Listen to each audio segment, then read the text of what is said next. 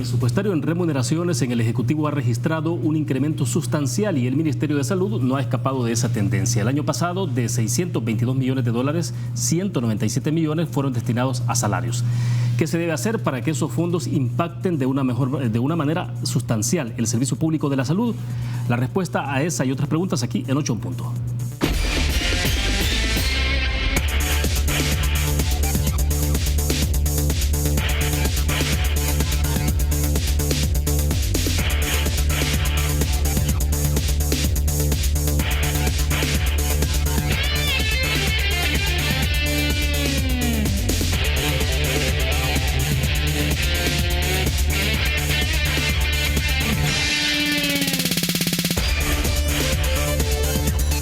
Buenas noches, bienvenidos a 8 en Punto en este lunes. Gracias por estar con nosotros e iniciar la semana. Vamos a conversar con nuestra invitada sobre la nueva Administración de Salud, los desafíos para aumentar la cobertura y dotar de medicina por completo el sistema hospitalario público a nivel nacional. Queremos agradecer esta noche que nos acompaña en nuestros estudios la doctora Ana Orellana Bendec. Ella es la ministra de Salud en nuestro país. Ministra, buenas noches, bienvenida. Buenas noches, mucho gusto, gracias, un placer. Bueno, ministra, gracias por la deferencia de estar con nosotros abriendo la semana. Bueno, la primera entrevista inmediatamente después de que ya ha sido juramentada, ¿no? Sí. Porque fue juramentada entonces el sábado anterior, ¿no? El presidente Nayib Bukele. Y bueno, es importante, ¿no? Porque creo que nos da la posibilidad entonces de conocer un poco, la vimos ahora bastante ocupada en la mañana. Llegó, antes de comenzar la entrevista me decía, por primera vez llegó hoy al Ministerio de Salud ya en calidad de ministra de Salud. Exacto. Hasta esta mañana. Hasta esta mañana. ¿Cómo fue el ambiente? Cuéntanos. Cargado de emociones, gracias a Dios, cargado de emociones positivas. A nadie se le impuso que hicieran pasillo ni nada, fue el regalo de las flores, fue espontáneo, la salida del personal fue espontáneo. Me dediqué a visitar los espacios físicos y la gente pues estaba como que muy sorprendida de que anduviera la funcionaria por ahí. Me sorprendió también a mí, ¿verdad? Pero creo que hay que enaltecer también el trabajo de las personas en el salud, en el ministerio, y bueno, conocer los espacios físicos donde ellos desarrollan, ¿verdad? Usted había estado en el pasado, desde luego, ahí en el Ministerio de Salud, pero no conocía el detalle de No conocía el detalle. Le decía antes de la entrevista que como que se necesita una guía turística para poder circular porque está muy extraviado, pero recorrimos todas las instalaciones, conocimos de primera mano algunas necesidades de las que posiblemente hablemos más adelante en la entrevista, claro, ¿verdad? Pero sí, todo muy bien, cargado de emociones positivas. Cuéntenos, porque no ha habido un proceso de transición como en otras oportunidades, cuando termina un periodo de gobierno e inicia otro, de que tienen algún, no sé, 4 semanas o un poco más de un mes para poder irse adaptando, o cuando ya hay nombrado o hay delegaciones que llegan del gobierno entrante y comienza la transición. En su caso, por ejemplo, ¿cómo va eso? O sea, porque usted me imagino que estará llegó este día y entonces, ¿qué? ¿A comenzar a recibir informes o qué es lo que ha pasado? Hay todo un proceso ya definido de Casa Presidencial sobre cómo vamos a recibir ese informe. Ya no se le puede llamar transición, como decíamos, sí, ¿verdad? No hemos tenido ese espacio, pero sí entramos en un proceso de rendición de informes de todas las jefaturas, sobre todo las más importantes, donde ellos tienen que rendir el informe a la nueva administración con base a la normativa que dio, la guía que dio la Corte de Cuentas de la República. Entiendo que la mayoría de jefaturas, sobre todo las que necesitamos ya urgentes, ya lo tienen. De hecho, hoy en la tarde pues iniciamos ya los informes con el Departamento de Recursos Humanos y bueno, estamos en ese proceso ahorita. Nos va a llevar un tiempito, pero no demasiado, ¿verdad? Porque tenemos que empezar a trabajar para mejorar la prestación de los servicios de la institución. Por ejemplo, lo inmediato, ¿qué es lo que le viene entonces para poder desarrollar y trabajar ya? Porque en el caso de ustedes, sobre todo en el tema de la salud, que es tan complejo y se requiere de respuestas inmediatas, pues sí, no hay mucho tiempo como para decir, bueno, nos vamos a tomar aquí unos 15 días. Nos vamos a explayar, ¿verdad? Exactamente. Entonces, ¿qué es lo que ha encontrado y qué es lo que hay que trabajar ya de inmediato? Bueno, lo primero será, una de las cosas será en qué punto, en qué nivel se encuentra la ejecución del presupuesto, para ver qué margen de maniobra tenemos para todo lo que tenemos que hacer. Legalmente podía gastar este gobierno hasta cuánto, el 40%, ¿no?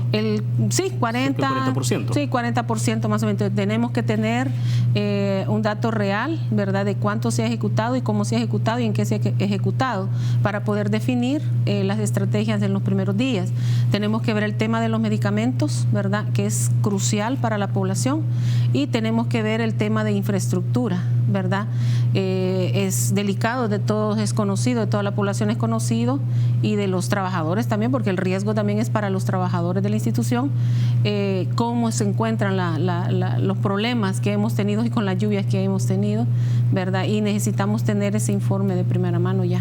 Bueno, el fin de semana antepasado, usted obviamente vio las imágenes de lo que ocurrió en el Hospital San Juan de Dios de San Miguel, ¿no? Exacto. Una cosa bastante dramática, impactante sin duda alguna, prácticamente borbollones de agua cayendo por el cielo falso. Después se dijo de que habían hecho inspecciones y que habían determinado que de los pisos que están contiguos habían tirado basura y que había pañales. Pero entonces, por ejemplo, ese caso en particular que requiere de una atención rápida, inmediata, ¿usted ya se metió un poco en esto? Sí, ya nos metimos un poco en esto. Estamos por pedir informe de la ejecución del presupuesto de mantenimiento, ¿verdad?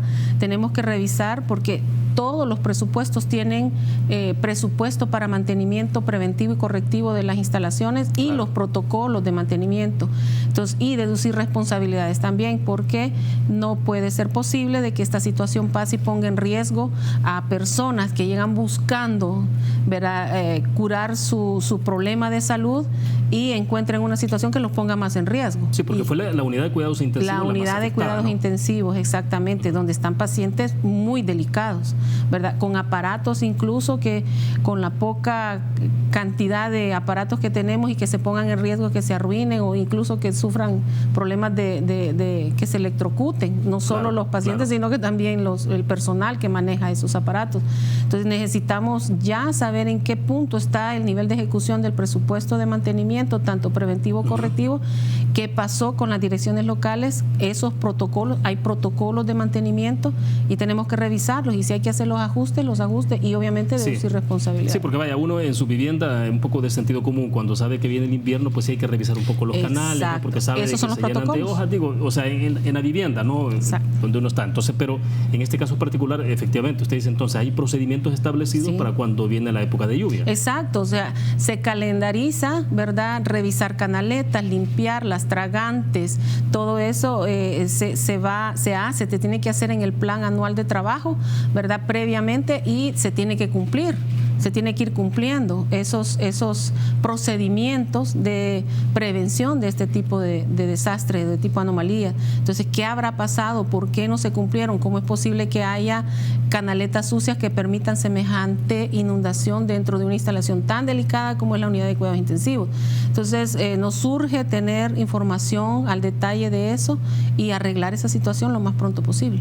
Entonces, deducir responsabilidades. Deducir responsabilidades, porque alguien tiene que ser responsable de por qué se encontraron pañales que no pudieron quitarse antes, previniendo la situación de lluvias en el país. Sabemos que en mayo se hace el interfase de verano a lluvia y tenemos que estar prevenidos en eso. De hecho, los protocolos tienen que tener esas variables para poderle darle mantenimiento a las instalaciones. En el tema de infraestructura parece que es bastante delicado, ministra, porque ya en el pasado un hospital nuevo como fue el de la mujer también experimentó algunos problemas, ¿no? De inundaciones, filtraciones de agua y lo demás. Es decir, usted tendrá que entrar entonces a ver toda esa parte de la infraestructura con lo que ya está trabajado. Tendremos que trabajar con todas esas variables. En tanto estamos pidiendo la rendición de informes y revisando todo eso, también empezar a trabajar eso, porque como decía usted antes, no podemos estancar por el que está recibiendo informes, no entrar a este tipo de problemas y buscarle la mejor solución. Entonces sí, tenemos ya una línea de trabajo estratégica para los próximos días, no semanas, días, para evaluar esta situación de la infraestructura y que no vuelva a pasar, porque llover va a seguir lloviendo. Claro. Ahora, en términos de algunas situaciones de crisis o de algunas enfermedades que son un poco de la época también, ¿qué instrucciones está girando usted? Bueno, una de las enfermedades se hablaba del caso de las paperas, ¿no? Sí. de paperas, pero también estaba el caso de la fiebre tifoidea. De la fiebre tifoidea, exactamente. Entonces, ¿qué tipo de instrucciones está dando usted en este momento sobre eso? Bueno, en el punto de fiebre tifoidea, y qué bueno que lo toca, es porque respetamos mucho la opinión de Colegio Médico, es nuestro referente, ¿verdad? También. La fiebre tifoidea es endémica, siempre vamos a tener casos, ¿verdad? Pero para eso existe la División de Sanidad, de Vigilancia Sanitaria, perdón, y ella nos está rindiendo informes. En la semana 5, epidemiológica 5, es inicios de febrero, se comenzó a ver el pico de elevación. Entonces, ese pico de elevación debió haber girado, haber hecho que la administración pasada, que recién dejó el cargo, empezara a tomar medidas ya, ¿verdad? Porque ese pico era un aumento de los casos que podía derivar en iniciar una epidemia. Sí, hemos tenido epidemia, definitivamente. Eso fue una de las primeras cosas que hice este día, tener el dato de de cómo está la estadística, y nos encontramos en la curva de epidemia, pero... O sea, podemos hablar de que efectivamente hay una situación, un cuadro epidémico. Hay un cuadro epidémico que está a la baja, ¿verdad? Que está a la baja. Pero no es nuestra responsabilidad asumir toda la culpa de esta situación, sino que la administración pasada tenía la obligación desde la semana 5, estamos hablando de primera, segunda semana de febrero, haber decretado una alerta sanitaria al respecto, girar las indicaciones para mejorar la detección temprana de casos, su tratamiento, y iniciar toda una campaña de educación en salud y medidas preventivas a la población para evitar que ésta siguiera creciendo, ¿verdad? Tomaron las medidas probablemente, aunque no fueron con la intensidad que se debió haber hecho, y comenzó a bajar. Ahorita ha hecho una meseta, ¿verdad? Sí. Esta es la curva, este es al día de hoy, cómo se encuentra. Tiene la estadística, vamos a ver si la podemos captar en cámara, si la sostiene por ahí. Aquí. ¿Qué es lo que nos está indicando entonces? La línea negra, esto que está aquí abajo, son las semanas epidemiológicas, que estamos es como viendo el color verde, amarillo y el rojo. Exacto, ¿no? ese es como se comporta la enfermedad normalmente, por eso llamamos que es endémica. Sí, claro. O sea, siempre va a haber casos y se mantiene ese nivel. Pero la línea negra, que es la que ustedes miran, y donde dice la semana 5, ven un pico, ¿verdad? Claro, nosotros en vigilancia epidemiológica estamos revisando esto y se cuadricula con semana. Entonces, a la semana 5, ahí por febrero, inicios de febrero, debieron dar la alerta para que no llegara a como se ha visto acá. Ahorita actualmente, si me enfoca otra vez, por favor. ¿Verdad? Aquí a la semana 23 se encuentra en una meseta, es decir, como que se ha estancado los casos. Aquí se ha estancado los casos, probablemente por las medidas que se están tomando, que no han sido muy agresivas, y pues vamos a retomar muchas de esas medidas que tienen que ver con prevención, ¿verdad?, de a la población, educación para la salud y una detección más temprana de casos para su tratamiento. Para concluir este segmento, entonces, ¿usted cree que puede haber un acto de negligencia o cómo le puede denominar? Yo no quisiera entrar en ese tipo de lenguaje jurídico todavía, pero sí definitivamente que hubo una falla de la administración anterior al no haber alertado tanto al personal, ¿verdad?, como a la población, e iniciar todas las medidas necesarias para disminuir la aparición de casos. Sí, hubo una falla en alertar correctamente a la población que estábamos teniendo elevación de los casos, ¿verdad?, en comparación con el año anterior. Bueno, interesante, febrero, ¿no? Sí, estamos hablando de la semana 5. Elección presidencial del 3 de febrero. Sí, algo así. Sí, fue en esa semana, la semana epidemiológica 5. Bueno, nos quedamos en ese punto, vamos a hacer una pequeña pausa. Cuando regresemos, sí me interesa que hablemos un poco entonces de las acciones de contingencia, ¿no? O sea, ya estamos entrando en materia y yo creo que es importante saber, ¿tendrán diseñado ustedes un plan de contingencia que le permita enfrentar el tema de, por ejemplo, de abastecimiento de los medicamentos? Entonces lo platicamos después de la pausa. Regresamos. Okay.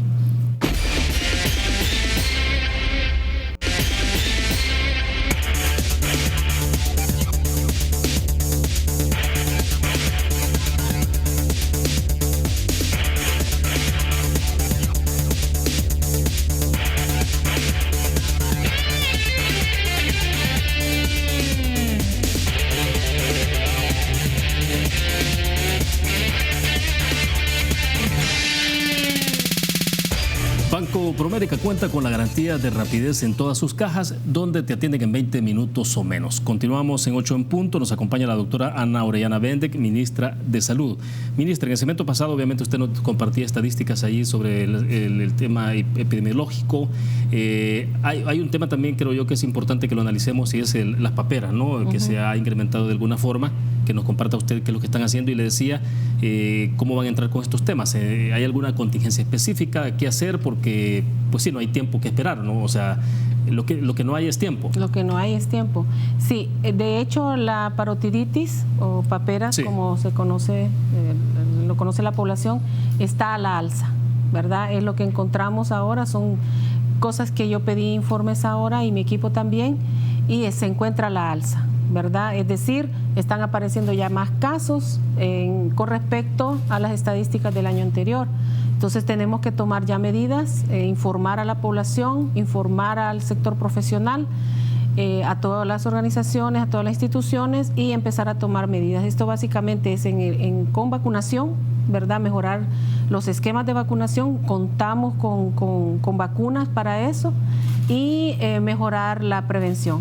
Ahorita se está viendo que la alza de estos casos están en los lugares donde hay mayor hacinamiento, ¿verdad? Maquilas y call center. Entonces queremos empezar a trabajar. Esto se trabaja a través de vacunación y de educación para la salud, para las personas. Y en el tema de tifoidea, lo mismo, ¿verdad? Comenzar con una campaña agresiva en el tema de prevención y educación para la salud, para incidir y disminuir. Igual hacer una alerta, ¿verdad? No vamos a caer en dejar esto así sin informar a la población, sí, y que se vaya conociendo, transparentar estas estadísticas para alertar a la población de cómo puede prevenir, que no sea una estadística más, ¿verdad?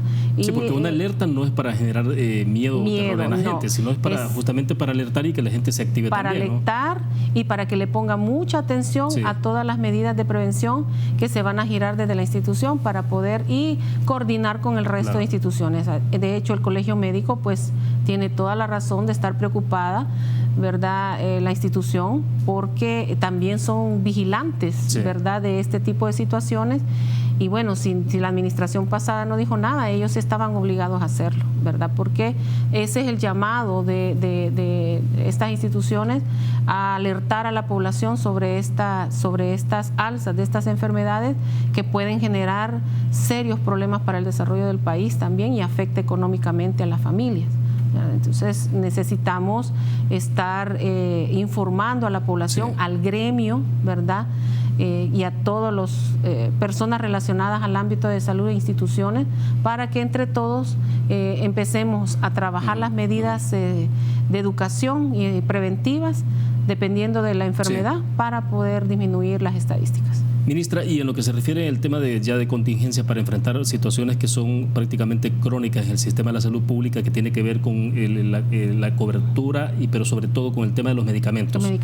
Ya que eso es muy sensible. O sea, la población lo que más resiente es, claro, llegar a un hospital primero, luego que le den una cita, con cuánto tiempo hay que esperar para que le den una cita, y luego que si le recetan 5 medicamentos, prácticamente solo puede recibir 1 o 2 medicamentos. Entonces, ¿cómo piensan abordar eso? Sobre todo porque decíamos antes, el presupuesto que ustedes están recibiendo, la mitad prácticamente ha sido ejecutado, casi la mitad. Entonces lo que les queda es poco para lo que resta del año. Pero entonces, ¿cómo van a entrar con eso? Esto tiene varias variables, ¿verdad? Esto no es de una simple estrategia, vamos a poner gente que trabaje 24 horas, no.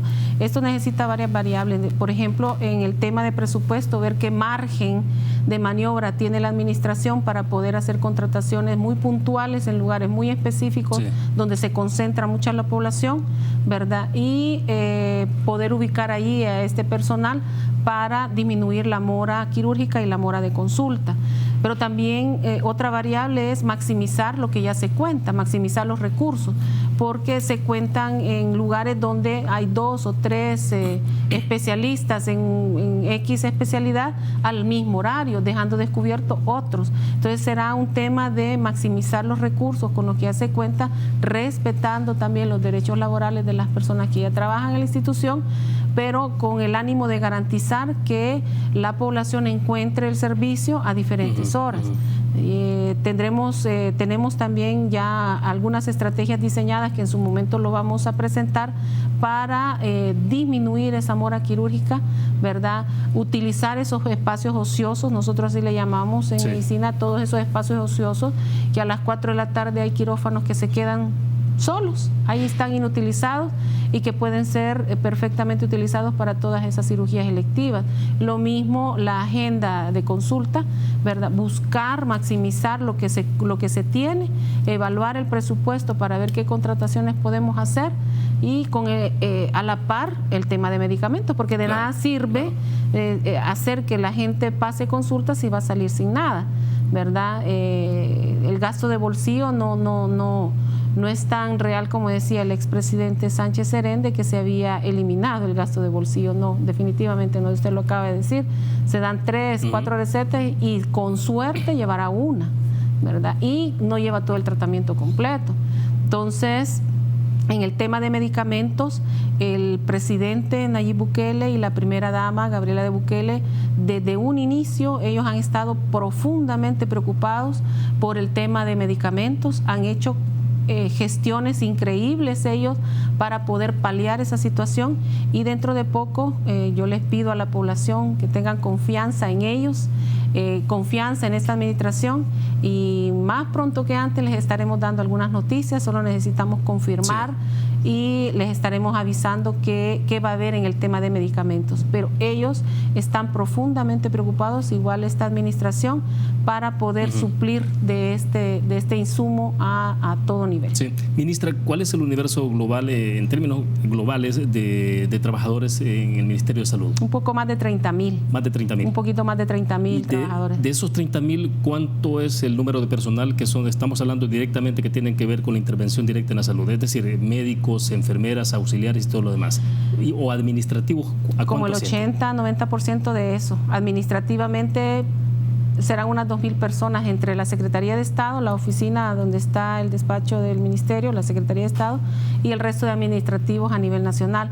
Es un 80-85% de esos 30,000 que tienen que ver con la atención directa en las diferentes modalidades, no solamente dar una consulta, porque la atención en salud es también educación en salud, o sea, lo que hace el promotor, ¿verdad? Lo que hace la gente de inspección cuando va a evaluar casos de rabia, etcétera, de mordidos por animales transmisores de rabia. Entonces, es muy grande la cantidad de personas que tienen que ver con la atención directa. Ahora bien, el presupuesto global del año pasado fue $622 millones, ¿no? Sí. 622 millones de dólares, y de eso se incrementó 197 millones que fueron destinados prácticamente a la parte de remuneraciones. A la parte de remuneraciones. En esa parte, ¿qué tanto equilibrio hay o desequilibrio de lo que se va para remuneraciones? Porque cuando vemos, por ejemplo, algunas estadísticas globales de todas las dependencias de gobierno, en los últimos años sí ha habido un incremento en remuneraciones, ¿no? Y ha sido bastante constante en los últimos años. Entonces, ¿qué tipo de equilibrio habría que establecer en esto? Bueno, hay que decirlo, a nivel mundial, en todos los sistemas de salud, la mayor parte del presupuesto o una buena parte del presupuesto se va para remuneración. Eso no solo sucede aquí en El Salvador, sino se sucede también en otros países, incluso países desarrollados. La situación aquí se ha agravado porque hubo como una entrada masiva, sobre todo en esta administración pasada, una entrada masiva de personal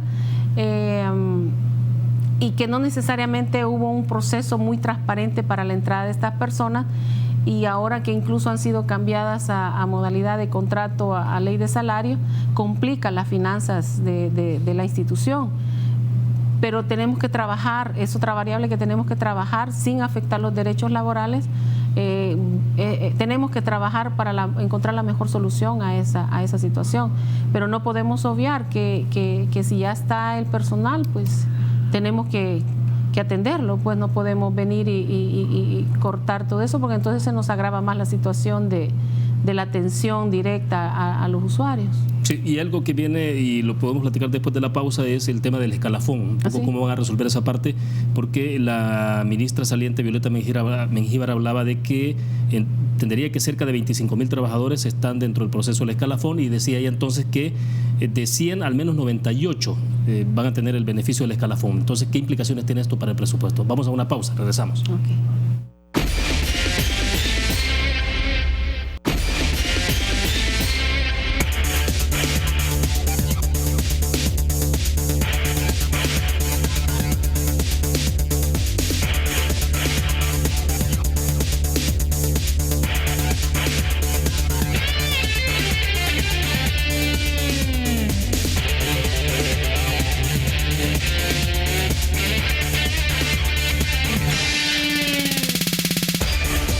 Bien, continuamos conversando en la entrevista con Ana Orellana Bendek, ministra de Salud de nuestro país. Ministra, le decíamos entonces sobre el tema que tiene que ver con el escalafón, porque ahí se estimaría que cerca de 25.000 trabajadores gozan de ese beneficio.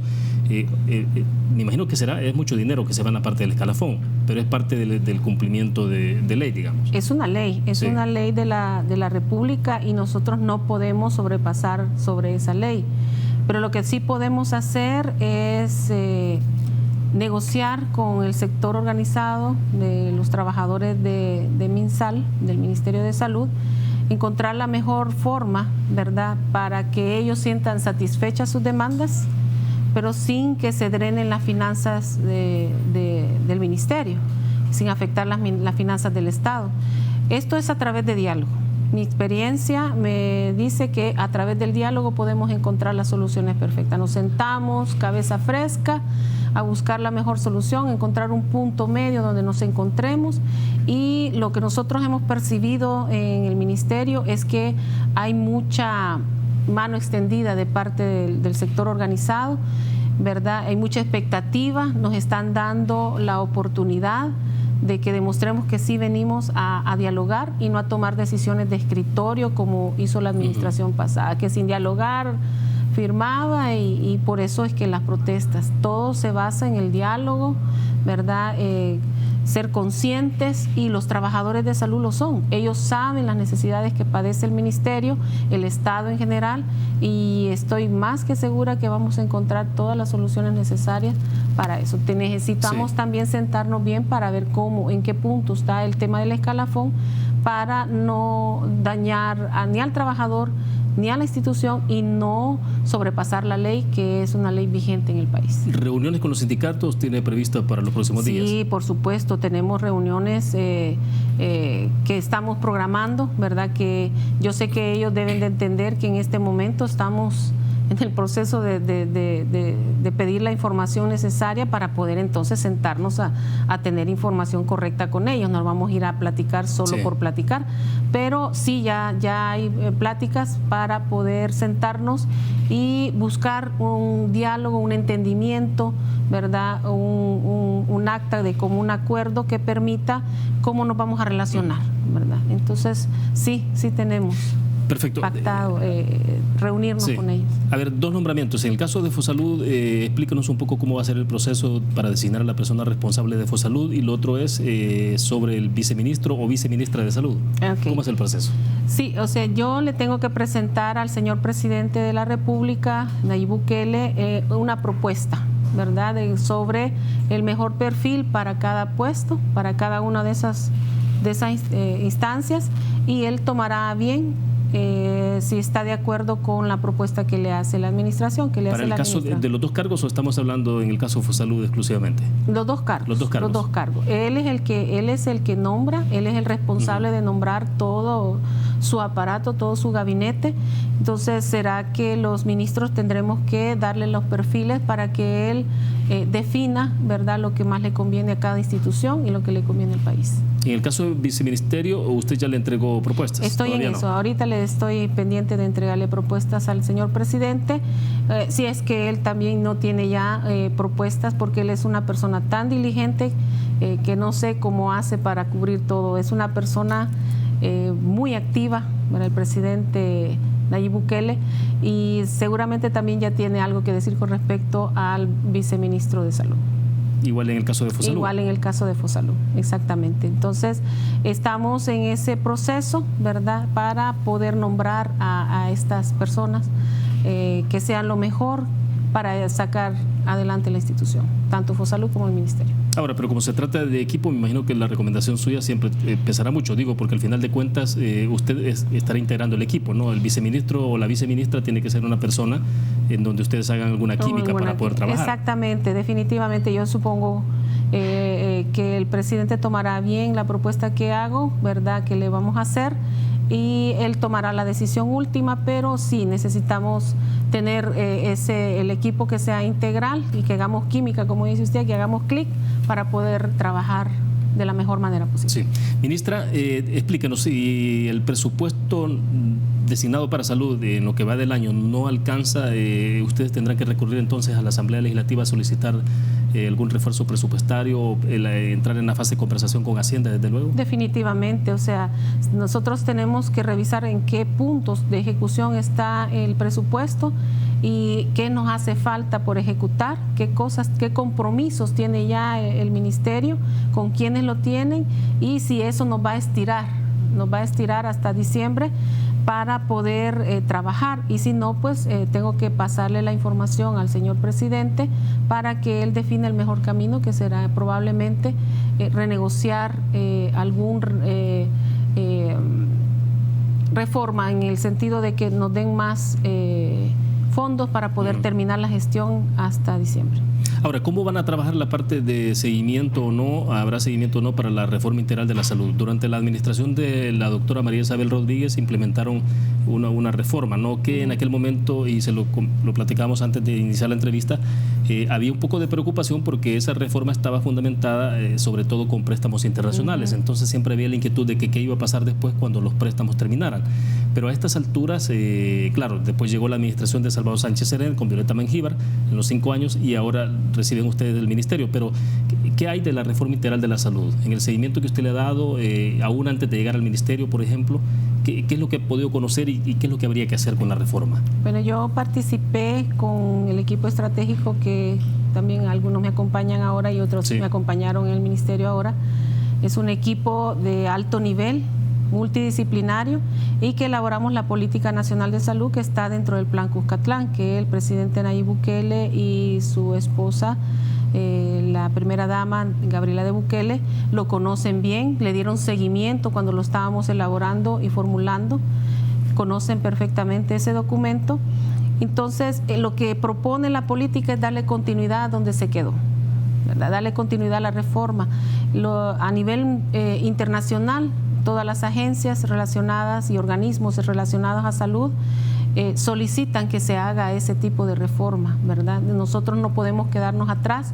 Es la nueva forma de hacer, de mejorar la salud en los países, y el apoyo que vamos a recibir dándole continuidad a la reforma integral, que no es más que integrar a todos los actores del sistema para que en una sinergia común, ¿verdad?, le demos asistencia y tratamiento al tema de salud de la población, ¿verdad?, para que no se dupliquen esfuerzos, que el ministerio esté por un lado, el Seguro Social esté por otro, COSAM por otro, Bienestar Magisterial, que estemos trabajando todos en una forma homologada y podamos integrarnos para darle una mejor respuesta a los problemas de salud de la población.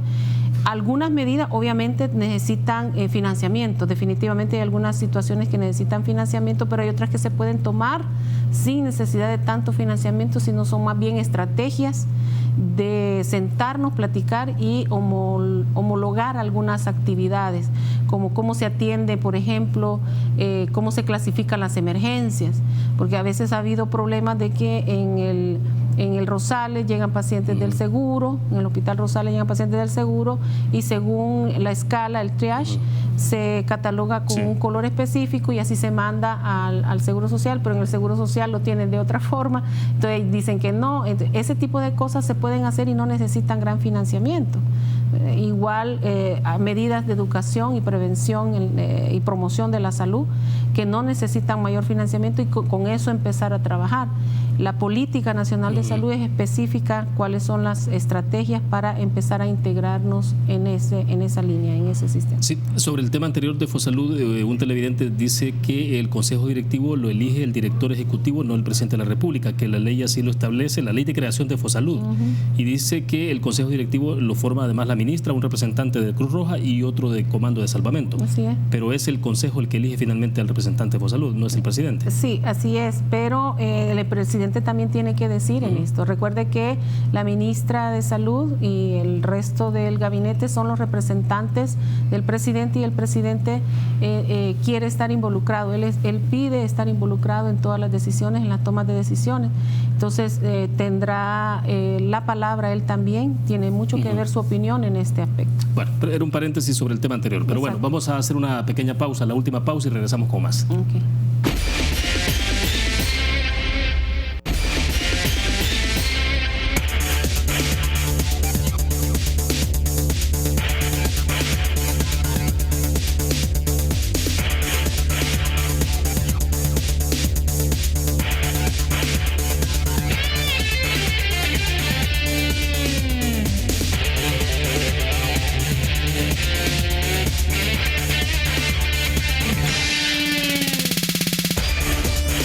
Vamos al cierre de la entrevista. Ministra, yo creo que es importante entonces, en lo que nos queda de la entrevista en estos minutos, es si nos puede entonces establecer en términos de prioridades, cuáles serán entonces en el ADC de las prioridades que tendrá usted en su administración. Ya hablamos un poco en todo el tema de cobertura, lo que tiene que ver con la entrega de medicamentos, por ejemplo, y la calidad en el servicio. Este tema que tiene que ver, que es muy sensible y con los periodos tan prolongados para poder dar una consulta, no digamos una cirugía. Entonces, pero ¿cuáles son entonces en el ABC, digamos?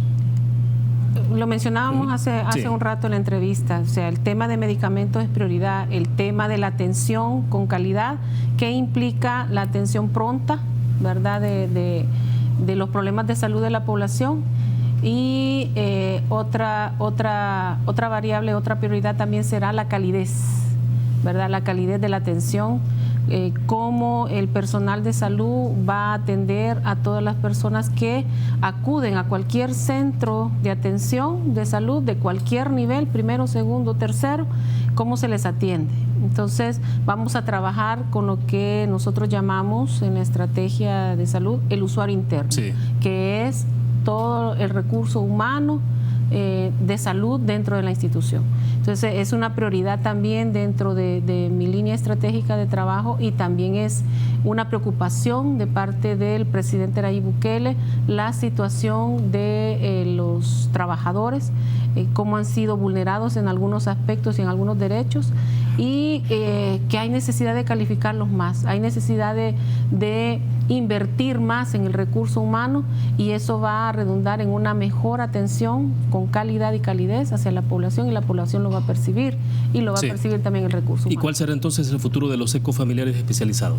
Los ECO van a continuar, pero tienen que ser modificados, porque actualmente en la estrategia como se ha implementado no es la más adecuada. Al final no está dando los resultados que se esperaban, y sobre todo que tenemos el problema de que no hay indicadores de impacto, ¿verdad? Y es algo que en el foro, un foro social que hizo la Secretaría Técnica y Planificación de CAPRES en la administración anterior, hace más o menos 2 semanas, y nosotros participamos, fuimos invitados, el comité evaluador conformado por personas de la Comunidad Europea, que fueron los encargados de hacer la evaluación del plan social, decían de que quizás uno de los problemas más serios que tenía el plan social, hay un plan social, no hay indicadores de impacto. Es decir, en términos tangibles de saber cuál ha sido el efecto que ha tenido sobre la población, no hay forma de tener esos datos. Ahorita no hay manera de tener más que cuántas casas se visitaron,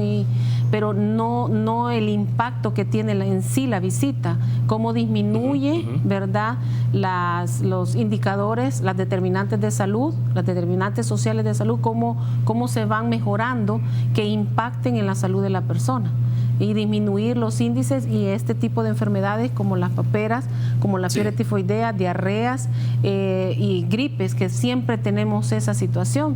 O sea, hay ecos en la calle, ¿verdad? Hay gente trabajando en la calle, pero no impacta como debe de ser, porque siempre tenemos esas epidemias de influenza estacional, esas diarreas infecciosas, cosa que no debería de pasar. Entonces, ¿cómo está impactando realmente el eco dentro de la comunidad?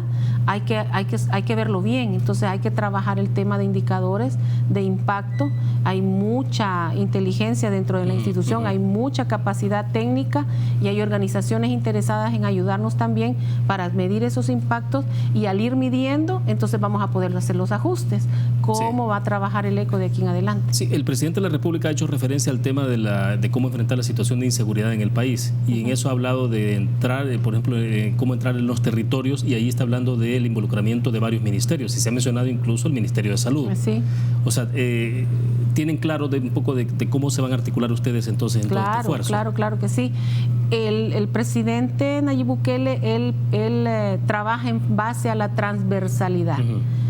Él lo que quiere eliminar es que toda esa práctica del pasado, y que se vio más acentuada en los últimos 10, 15 años, que cada cartera, incluso algunas dependencias de las carteras, por ejemplo el Ministerio de Obras Públicas, que tenía vivienda, que tenía transporte, y lo muy de obras públicas, eran feudos, ¿verdad? Virreinatos, y cada uno en su rollo, y tú no te metas conmigo, yo no me meto contigo, y eso en un mismo ministerio. Ahora con el resto de carteras, entonces él habla de la transversalidad y de cómo la salud se puede ver impactada por estrategias que haga el Ministerio de Obras Públicas, que haga el Ministerio de Educación, que haga el Ministerio de Seguridad. Entonces, ¿cómo hacemos para que estas carteras piensen que sus estrategias deben de llevar ese componente de salud para impactar positivamente y no negativamente? Entonces sí, ya hay toda una línea de trabajo que el presidente Nayib Bukele quiere implementar, que trabajemos transversalmente y que nos veamos todos involucrados, ya no separados cada quien en su feudo, ¿verdad? Bueno, excelente. Se nos ha agotado prácticamente el tiempo, ministra. Esperamos contar siempre entonces con su participación cuando la requiramos, sin duda alguna, que este espacio. Yo encantada. Y bueno, sin duda alguna, cuente con ese espacio, porque creo que es importante, ¿no?, estarle informando a la población de todo lo que va avanzando, y usted pues apenas está llegando al ministerio. Entonces, a lo mejor más adelante también entonces tiene el espacio para que podamos platicar un poco, y entonces si podamos, nos comenta sobre la base ya de lo que ha encontrado también, porque me imagino que ahorita, usted nos decía, está recibiendo todos los informes, ¿no? Exactamente, ahorita estamos cargándonos de toda la información y tenemos que analizarla y procesarla. Entonces, nos guste o no, lleva un proceso, eso lleva un proceso para poder saber bien qué es lo que tenemos, contamos, y cómo le vamos a dar con lo que tenemos para poder implementar lo que haya que implementar para solucionar problemas urgentes, que ya lo decíamos, medicamentos, infraestructura, ¿verdad? Y el tema de la relación de la nueva administración con los trabajadores, una relación sana, cordial y de mutuo respeto. Y en la relación, en el horizonte usted dibuja, entonces ve el colegio médico, los sindicatos del Ministerio de Salud, sin duda alguna. No yo, la Política Nacional de Salud mira eso. La reforma integral implica que todos los actores del sistema, incluyendo colegio médico, Junta de Vigilancia, Consejo Superior y todas las demás instituciones, estemos integrando de forma sinérgica, ¿verdad?, el sistema, y todos estemos enfocados en la atención en salud de la Excelente. población. Gracias, ministra, Gracias, por su tiempo. Muy amable. Gracias. Bueno, excelente. Nosotros ponemos así punto final a las 8 en punto. Nos vamos a ver mañana como siempre, 8 en punto. Gracias por acompañarnos. Buenas noches.